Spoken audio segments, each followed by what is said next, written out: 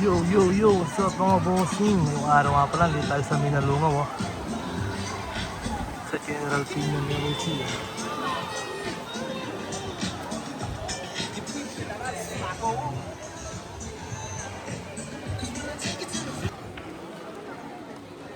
Ayun mga bossing, ayun yung mga floating cottage nila. Ganda ng tubig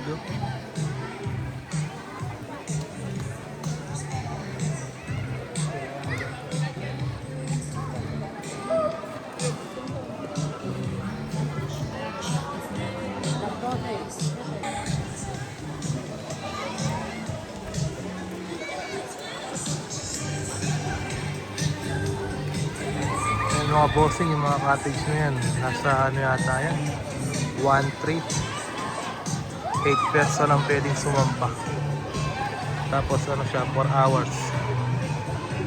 Naka oras lang din kasi madaming ano ngayon, dahil turista. Dahil papalapit na yung summer. Ganda ng rock formation.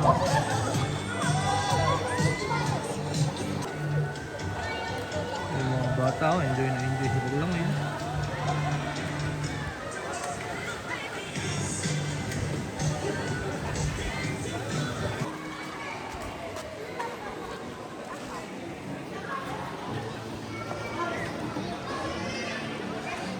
Ang ganda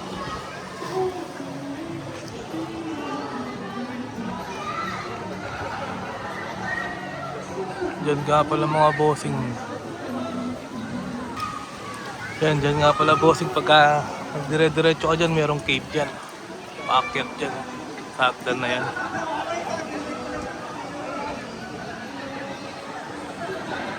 Ayan yung hagdan paakyat doon sa taas.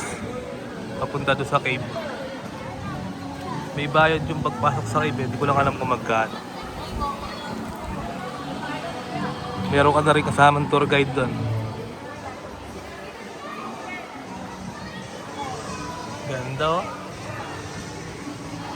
Dito lang to mga bossing sa General Pino, Nueva Ecija.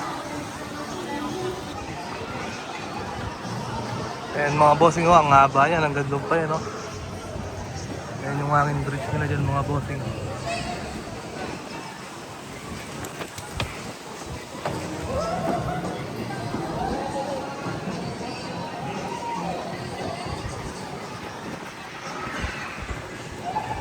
Dahil naliligo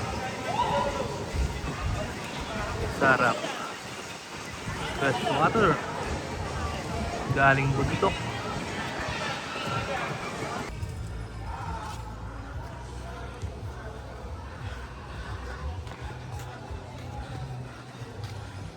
Ayan mga bossing, iwan nila hanging bridge, kaya lang hindi nila pinapadaanan ngayon, nakalak.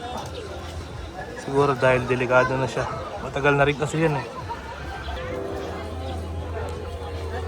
Daming turista Patok na patok ngayong summer. Minalungaw National Park.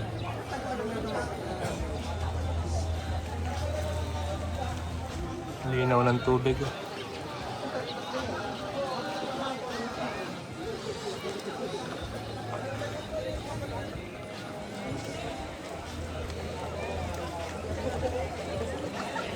Ayun pa, meron pa sa kabila. Kasi nga mukhang nagbabalak tumalon talon. Talon. Kalambat. Ay, meron palang dumadaan na floating cottage. Kaya pala di sila makatalon. Sa kabila. Ayun, sa kabila, pumapalakpak pa si kuya. Tatalon na yan kuya, talon. Dalawang isip pa si kuya.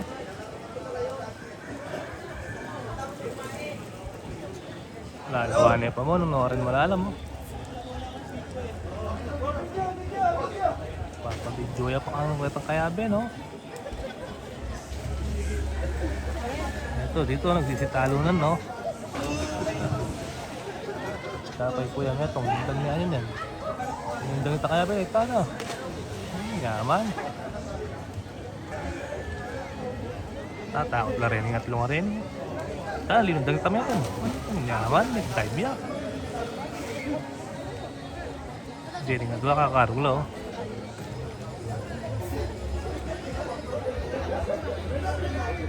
Pakaya lundag.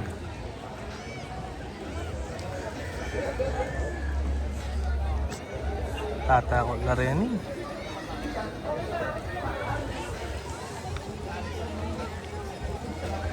Kita mo itong may abalik na. Lindag na eh.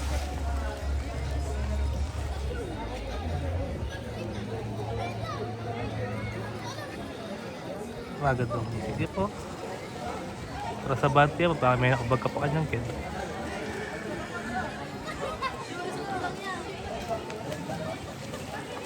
Kalambat na. Kahit kami ito, may balik na agad. Kalambat mo, bala ka ating kid. Kaya na ako mo. Oh, mga bossing oh. Ganda ng view oh. Ganda ng rock formation oh. Yan mga bossing, yung cottage na ano, tabi 500. Tabi 500 lang yung cottage na yan mga bossing. Tapos yan yung mga ano na yan, floating cottage na yan. Tag 1.3 yan. 8 person ang pwedeng sumampa. Tapos dadaling ka nila dito. Yan, dadaling ka nila dyan oh. Hanggang to, sa may dulo na yung kanina doon. Sa may kaninang pinanggalingan natin mga bossing.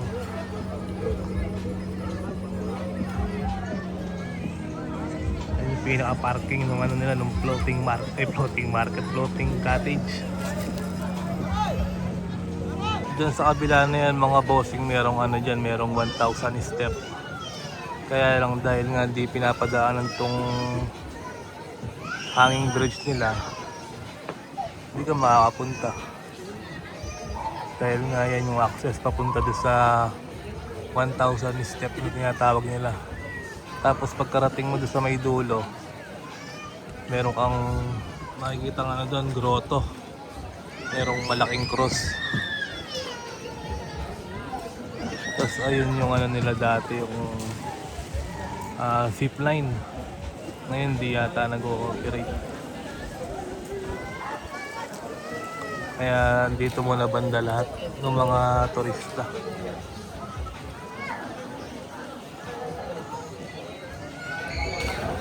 Tapos ang ano nga pala nila ngayon dito, yung ano lang, yung kuweba lang ang inaalaw nilang puntahan ng mga turista.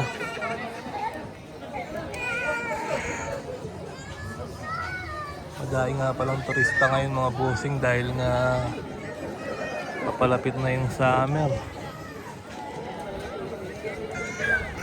Saktong-sakto nga ngayon papalapit na summer yung Minalungaw na to. Paganda ng tubig, fresh na fresh galing bundok Sierra Madre. Yan yung papuntang ano, papuntang hanging bridge na Kalak.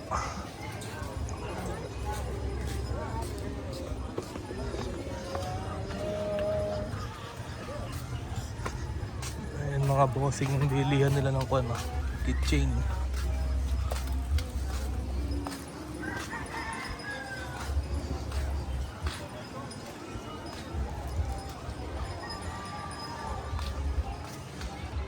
Ayan yung view banda dito sa ano, entrance. Ano, bilihan ng keychain, mga damit, souvenir.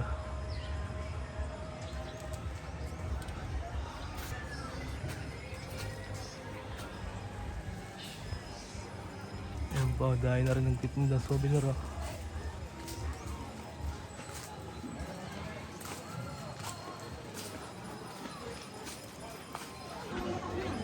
Ayan mga bossing yung cottage dyan sa may ano, entrance. Ayan mga may blong ano na yan, lona. Tindahan ng ano yan, parang ano sari-sari store. Yung tagpo 500 nilang cottage. Ayan yung mga yan.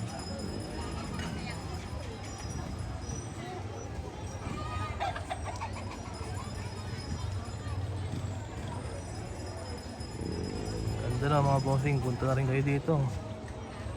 Linalungaw National Park, General Tinio, Nueva Ecija.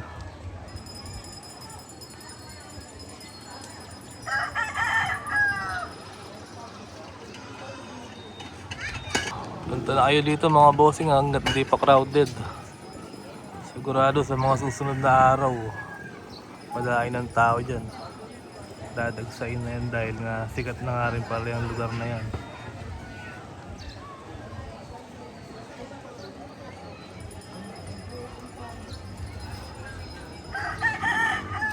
Kaya lang ano nga pala dito mga bossing mahirap ang signal dito dahil nga bundok siya.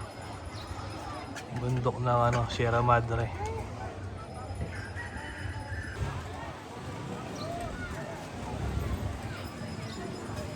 Ang ganda ng agos ng tubig, fresh na fresh.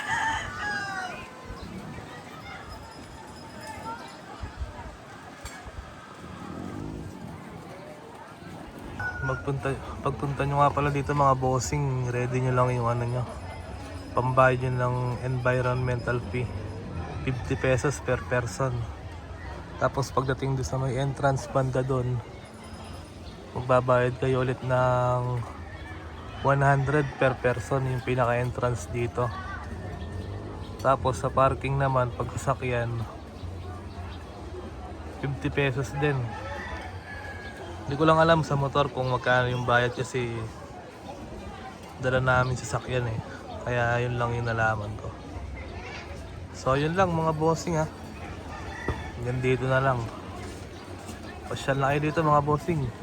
Let's go!